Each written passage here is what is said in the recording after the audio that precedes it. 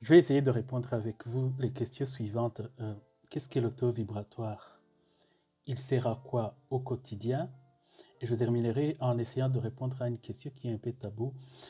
Quelle est l'importance des taux vibratoires lors de la mort physique? Bonjour à vous.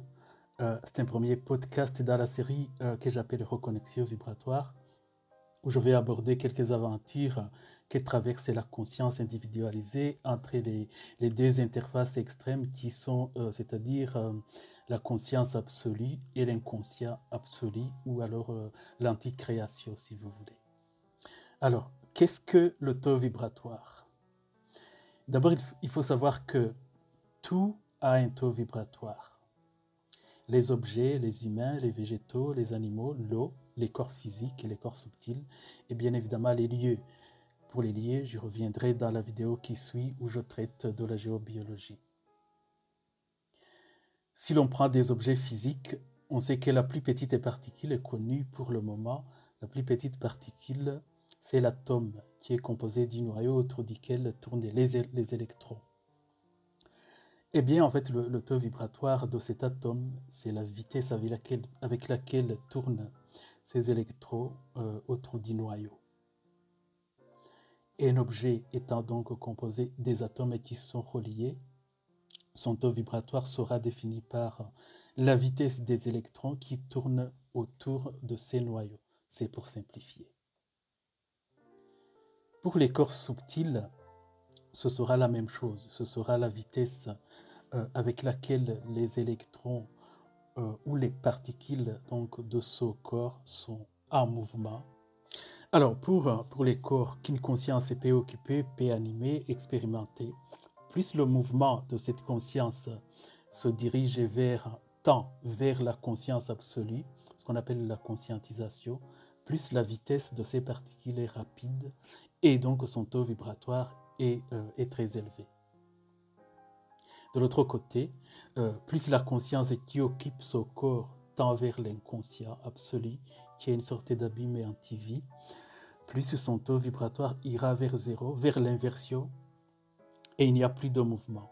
Remarquez que l'un des piliers d'un plan qu'on appelle l'astral, ou le plan de la mort, c'est la peur.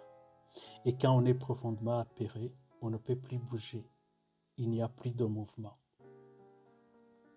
Un humain, pour mesurer son taux vibratoire, en fait, tu n'as pas besoin d'appareil ou de pendule. Si tes états d'âme sont dans une zone qu'on peut caractériser par la joie, le bien-être, la joie d'être, la joie de vivre, l'amour avec un grand A, alors ce ne sont plus des états d'âme. En fait, la personne se rapproche de son noyau d'âme, c'est-à-dire de sa lumière et donc de son esprit. De ce fait, son taux vibratoire sera élevé et sa capacité de mise en mouvement, donc sa capacité créationnelle, sera de très haute fréquence. De l'autre côté, si une personne est dans cette zone des états d'âme qui sont dominés par la peur, par la colère, par les croyances, les projections de toutes sortes et les mémoires préfabriquées, il aura un taux vibratoire très bas et très mouvementé. En fait, c'est la même chose pour une personne empêtrée dans des phénomènes qu'on rencontre ici, comme l'amour inconditionnel, qui est un amour avec un petit A, car c'est un amour vidé d'intelligence et qui est donc vidé d'esprit. C'est cet esprit qui apporte de la hauteur, qui apporte une sûreté vibratoire. Alors, au début, j'ai dit que j'allais parler de l'importance des taux vibratoires au moment de la mort physique. Et un des virus psychiques qui a ralenti considérablement l'humain, c'est cette croyance que la mort physique, c'est vraiment la mort de la personne, alors qu'il n'en est rien. Mais alors là, rien de rien.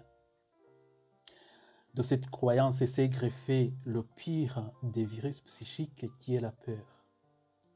Et donc, comme nous croyons à la mort, je me suis rendu compte que nous ne savons pas mourir.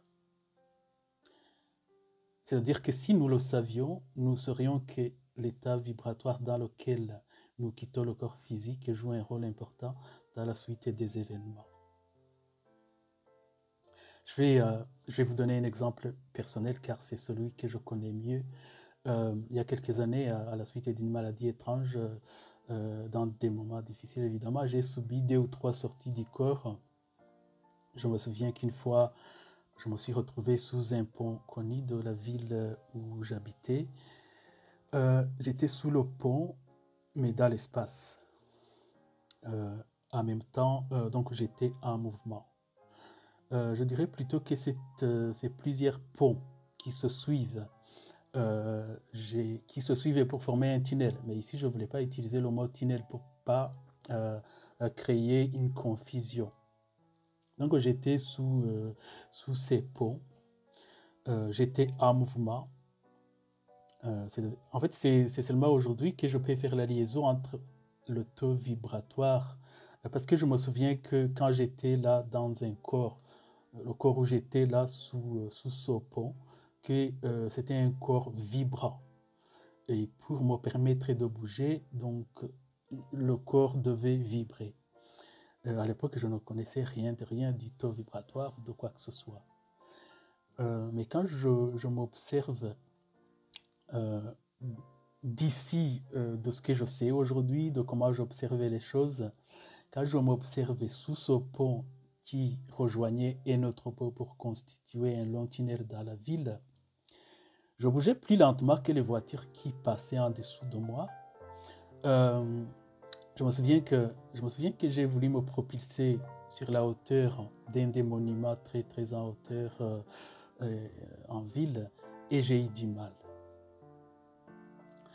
C'est seulement aujourd'hui que je comprends qu'une sortie du corps qui se fait dans les basses fréquences, sous un taux vibratoire très bas, c'est-à-dire dominé par la colère, la tristesse, les regrets de toutes sortes, en fait, ça crée un climat qui favorise un taux vibratoire très bas. Donc, il y a un manque de vitesse, un manque d'énergie. Ici, je dirais un manque d'énergie de propulsion. Et ça crée une stagnation dans le monde de la mort. En fait, l'idéal serait d'enseigner les gens comment mourir, mais le souci, c'est que ce n'est pas politiquement correct. Pourtant, dans ce système de conditionnement, on nous enseigne tout. On nous enseigne comment écrire et comment marcher, comment s'habiller, comment se comporter, comment séduire, comment conduire et comment investir et comment tricher. Oui, je vous l'assure, il y a des grandes écoles qui n'enseignent que ça. Comment tricher, comment marcher sur les autres. Observez également que les gouvernements nous enseignent comment soigner et comment tuer. Et ces formations, ils coûtent très cher. Mais personne ne vous enseignera comment mourir, car c'est un exercice qui va plutôt dans votre intérêt et qui peut être amusant et solliciter votre intelligence profonde. Ce que j'observe, c'est que le petit monde occulte qui croit gouverner l'humain, il a instauré un mécanisme par lequel l'humain se confond avec son corps physique et par lequel la destruction du corps physique se fait toujours de manière spectaculaire. En réalité, c'est souvent spectaculaire, mais également choquant et tragique. Ça se fait par des accidents, des incendies, des noyades, des chutes, des assassinats, des explosions. Même une personne qui meurt d'une maladie que je peux appeler une maladie douce, ou même de la vieillesse, cette personne est entourée souvent de sa famille, en train de pleurer, de tristesse et de chagrin, et avec des regrets de toutes parts.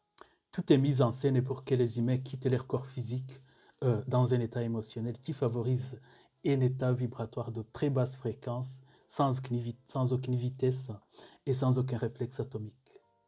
En fait, c'est la stagnation garantie dans le monde de la mort. Cependant, le taux vibratoire élevé ne suffit pas. N'oubliez pas qu'il y a des entités dites haut astrales qui ont un taux vibratoire très très élevé. Dans mon exemple à l'époque, je me suis retrouvé sous un pont avec une vitesse vibratoire quasi nul. Ce que je sais aujourd'hui, c'est qu'avec un taux vibratoire élevé, je me serais retrouvé dans les hauteurs, ce qui est mieux, mais je me serais également retrouvé avec une vitesse peut-être supersonique, mais également en train de tourner en haut, dans le vide. Ce que je vais dire, ce que je vais rajouter plutôt, c'est qu'il y a deux autres éléments qui sont très importants. Le premier élément, c'est la reconnexion vibratoire. Et le deuxième, c'est la volonté qui est un composant important de la puissance espritique absolue. Bien évidemment, ces éléments, j'y reviendrai. Sur ça, je vous dis à très bientôt.